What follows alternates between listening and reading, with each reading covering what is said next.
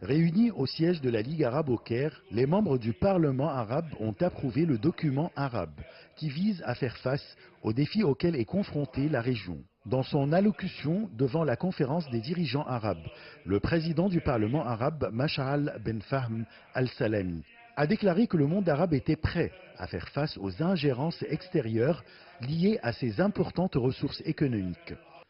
Il s'est également attaqué à ces campagnes externes et régionales visant à semer la discorde et les conflits dans les pays arabes afin de déstabiliser et de changer leurs paramètres.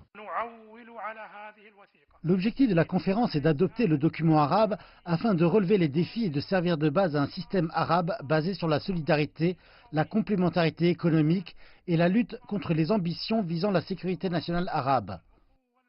Le document arabe a pour objectif de renforcer la solidarité et relever les défis afin de contribuer véritablement à l'instauration d'un système arabe fort et cohérent. Un système fondé sur la fraternité arabe, la solidarité politique, l'intégration économique et la lutte contre les ambitions et les menaces à la sécurité, notamment la lutte contre le terrorisme et l'extrémisme.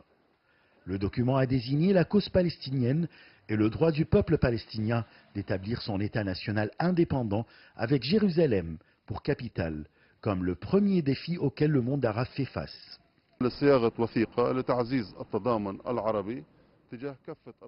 Le document arabe renforce la solidarité entre les pays arabes vis-à-vis des différents défis et causes arabes. Le document confirme la position arabe concernant le soutien à la cause palestinienne qui représente la cause centrale du monde arabe.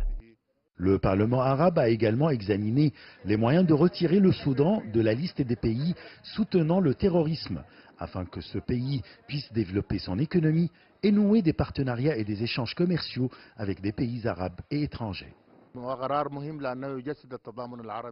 Cette décision incarne la solidarité arabe avec le Soudan.